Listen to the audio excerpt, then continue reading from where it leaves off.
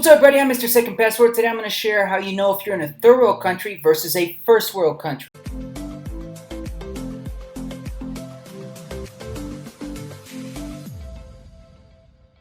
There's a lot of differences between living in a third world country like where I live now in Ecuador versus where I grew up in a place like the US. And obviously I prefer living in a place like Ecuador, but I do believe in deal breakers. And if maybe something I mentioned today might be a deal breaker for you, in which case maybe you should reconsider moving to a place like Ecuador. Now, a lot of other YouTube channels might not mention this, and that's why I wanted to take a moment and mention this for you. People ask me, is Ecuador third world? I say no, it's not. It's third grade. But anyway, I like it. So it depends on you, and you know, it's kind of like a big shiny watermelon. It looks really nice from a distance, but then when you really get to know it and you crack it open, you see it's rotten through and through, like all the fibers, everything, every aspect of society.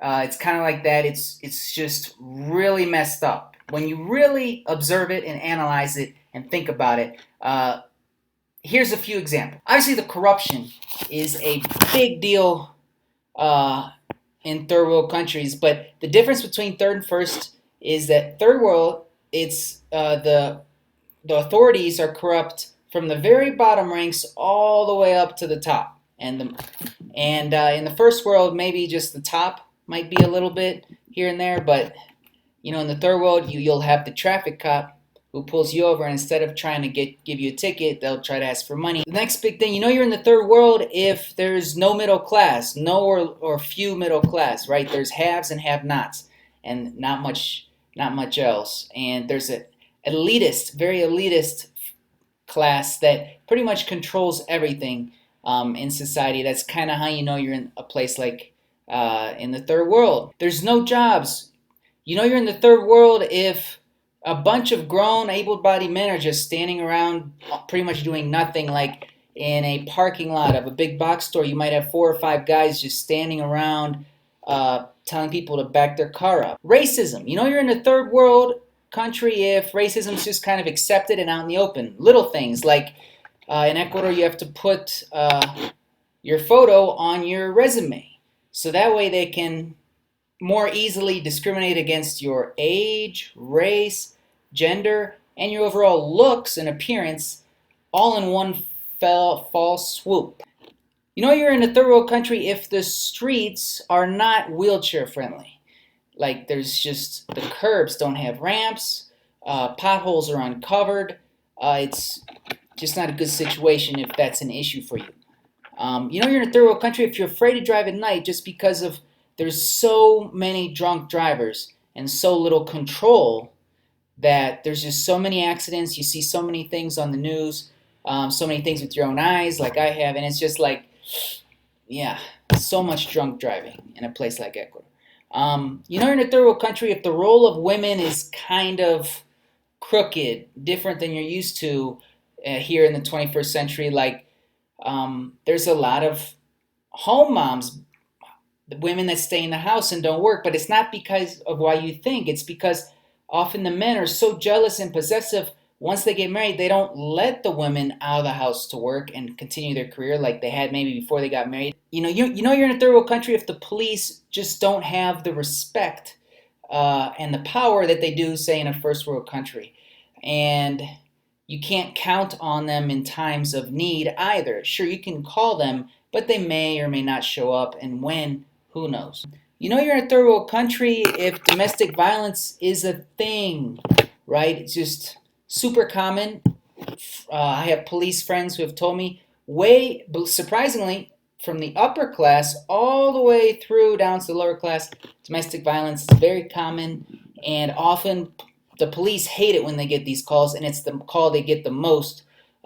They come out, and the woman's getting beat, and then the woman sides on the side of the man, although they're the ones who called the police, and then they don't want the police to take away the man, and the police are kind of in this weird, awkward, in the middle kind of situation, and they hate that. Trust me. You're in a third world country if people open up the bus window and just kind of chuck litter out the bus window. Litter is just not a huge deal here as in the first world. You know, you're in the third world by the treatment of the dogs. If people will put their dog just on the roof and let it hang out there in the rain, sun, and sleet and whatever, then you know you're in the third world and about. You know you're in a third world country if there's 3 or more people mounted on a motorcycle. Education. You know you're in a third world country if the educational system is as follows. You have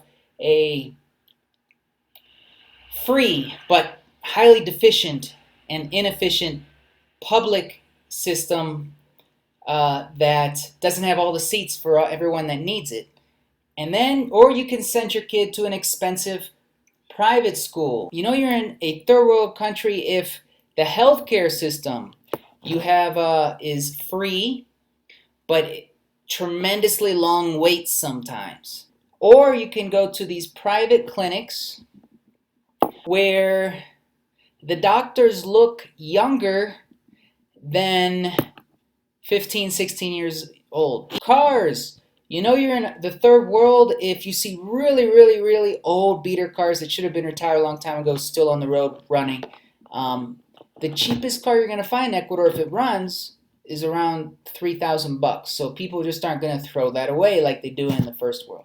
So something to think about. You know you're in the third world if you can't use your credit card almost anywhere because cash is king, yet no one has change. People ask me why they don't have change in Ecuador. I tell them because people don't have money in Ecuador. You know you're in the third world if you see a bunch of unfinished cinder block buildings, just the bare cinder block, because you know it's just a different system down here. Where in the U.S., place like the U.S., most places are bank loan funded, and they'll only fund the loan if you finish certain stages of the project. But down here, it doesn't work like that. Most people just build, and then they stop building when they run out of money.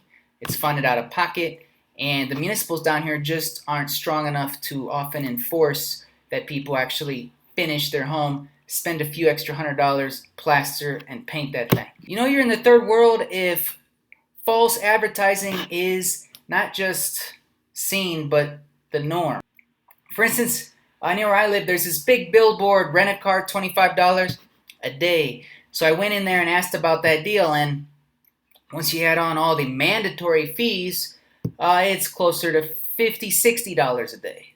You know you're in the third world if you see not for sale signs on many different lots.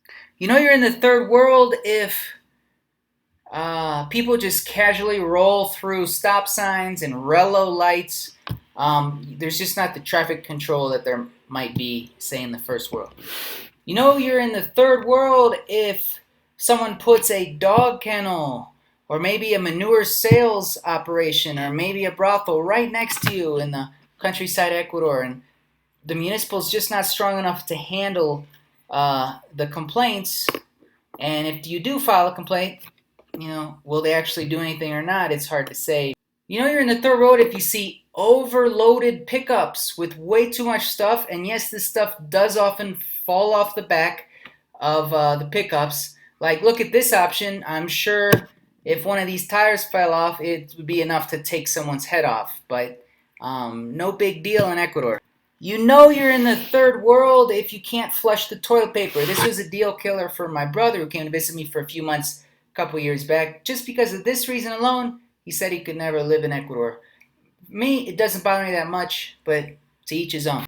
You know you're in the third world if they eat pretty much all the body parts of the animal and often sell them separately. Like, hey, look at this delicious cow tongue for sale. You know you're in the third world if you can't just walk on a sidewalk without looking down because of all the dog shit. You know you're in the third world if you get robbed at knife point like I did in the middle of Quito with a bunch of people around and not get any help from bystanders whatsoever. You know you're in the third world if your neighbor has roosters that crow pretty much every 2 or 3 hours all night long.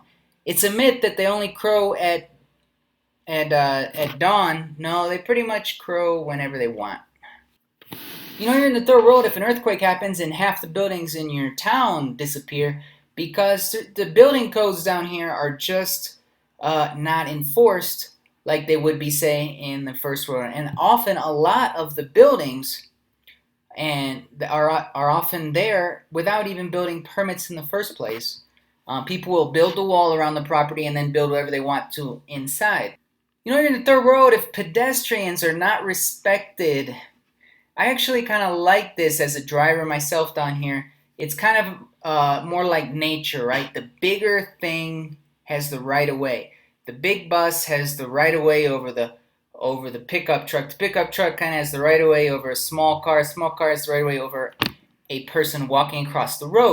You know, you're in the third world if property is crazily expensive and unjustified, the price that they're asking, while rents are so low, just because people use that because they don't trust the banking system, and they buy property as kind of a store of wealth more than an investment. You know, you're in the third world if your right to sleep in peace is not respected. Oftentimes, even on a Wednesday or Thursday, people will throw a party right next to you, and there's really nothing you can do about it except walk over there and get in their face personally if that's something you want to do, because police will often not even come for noise complaints. You know you're in the third world if everyone's walled in. There's just walled in living, and often you'll see ghetto glass, just this sharded glass cemented on top of the walls as well. The reason they do this down here is because there's a lot of breaking and entering. You know you're in the third world if you often see reports of like groups of like 7, 8, 9 adolescents dead in the middle of a field somewhere because they were drinking some homemade liquor.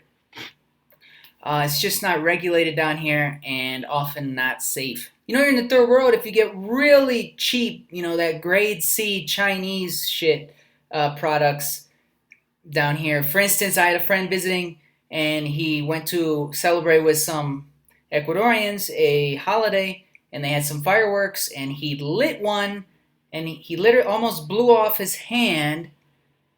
He almost lost a finger. He said he lit the firework, and there was literally no lead time with the wick. It just blew up right away, right in his hand. You know you're in a third world country if nobody uses gloves when they sell you food on the street. It's just not a normal thing, and if they do, they use them all wrong, and they'll take money with the same glove they just served you the food with. You know you're in the third world if you can't really count on justice in the case of the legal system, because oftentimes, if you did ever go to court, you're presided by a judge and no jury trial, and oftentimes the judge can easily be bought by the person with the deepest pockets. You know you're in the third world if you don't see any big game animals wild. It's just all been hunted out long ago. Just no respect for the environment whatsoever. You know you're in the third world if you have to be very careful before you buy big ticket items used, like cars, for instance, just because like everyone I know says before they sell their car, they will most certainly change the kilometers or the mileage gauge before selling it. It's just a common practice down here, and nobody even feels bad about it. You know you're in a third world country if all the lower to lower middle class women pretty much you might meet from about the age of 23 already has a fatherless kid. You know you're in a third world country if you get on a plane and everyone on the plane is listening to music. Often in a first world country, many people might actually be reading, listening to music, a few different things. You know you're in a third world country if the bandits or bad guys, criminals, have more rights often than the victim, which is quite common in a place like Ecuador. You just can't touch them, and if you do, you could get just as much as trouble as they could. You know you're in a third world country if there's no railroads in a place like Ecuador, and all the just trucks that spew fumes all the time, just because there's just too much corruption to get a big, huge project like a railroad done and maintained properly. And lastly, you know you're in the third world if many of the locals are skinny enough to pull a really wicked Jack Sparrow Pirate of the Caribbean impersonation on Halloween. So there you go. There's a few differences between living in third world versus the first world. Were any of those deal breakers for you? For me, not really. I'm Mr. Second Passport. Take care.